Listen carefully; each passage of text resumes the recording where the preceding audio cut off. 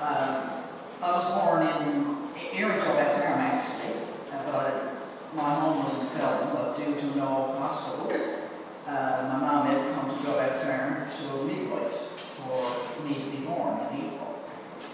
And my father was a fisherman, and he worked quite hard over the years, and his father before him, of course, was a fisherman. And when I was growing up in Selden, we have a large family, and no indoor plumbing, no electricity, no oil stoves or furnaces or anything like that. All we had was a wood burning stove. And in the summer, when my father would be fishing, he would leave home in the mornings, probably around 4 o'clock, 4:30, and go fishing. And he'd be in to the wharf again around probably 7:30, 8 o'clock. And when you'd see the boat coming in the harbor, you would know if it was a good day or not. Because if the boat was sunk in the water and down, we knew that it was a good haul. But when she came in with the copper paint showing on the bottom, you knew that it was a bad haul. There was no fish.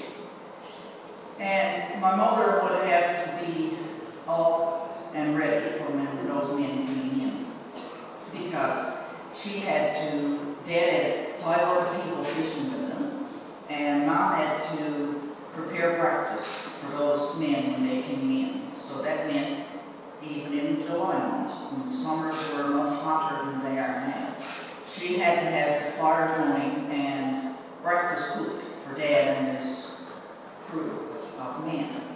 And then, if there was fish, of course, they went to the stage and did their fish. And in the afternoon, they went to their traps again. So, but growing up, times were tough as fishermen. We didn't have a lot. But we always had enough. We didn't have a lot, but we always had enough. We always had clean clothes on our back, and we always had something to eat. And if not cooked dinner, say she had fish and potatoes for dinner, if one of the kids, myself included, didn't want it, we had to have a slice of homemade jam bread, because there was no baker's bread. There was no going to the cupboard and getting a can of SpaghettiOs or going to the deep freeze to get some chicken fingers. There was nothing like that. And I swear that I ate more jam bread growing up than there's beers and pickles now. But now I love those foods that I didn't like then, of course. But yeah, we had to do all that. But one summer in particular, in the late 50s, early 60s, Dad had his fish in the stage, all salted, getting ready to wash it out and to get it dried. And the fishery officer was a man from Fogo, Will Willis. Aubrey remembers him for sure. And he came over and checked Dad's fish before he could sell it. And when he came, he turned it down flat. It was all pink. Now, what pink fish is, I'm not sure what caused it or whatever, but it was hard. He couldn't sell it. And he had to take the shovel and the men got paid based on what fish was caught. So it wasn't only Dad's summer was gone, it was the men that was fishing with him. Their summer was gone as well. And he had to shovel the works went overboard and didn't get a cent for it. And of course, I was old enough that I knew there was concern there. My mother was a worrier. And it was hard on us as children knowing that this fish was no good. He couldn't get anything for it. But my father wasn't a warrior. He didn't worry about anything. If there's fish, there's fish. If there's not, there's not.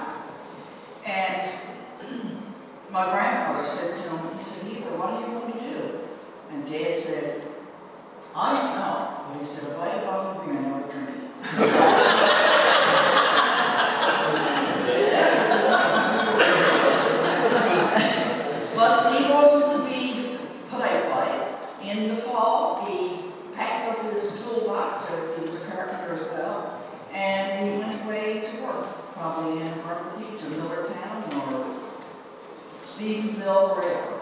And he went away to work and made money enough in that we lived during the winter. But it was a good childhood growing up, and I'm sure if Dad could come back now and see the cod pots and the crab pots and everything else that they're using for fishing, he'd shake his head because he wouldn't understand that. But anyway, that's my life as a fisherman's daughter.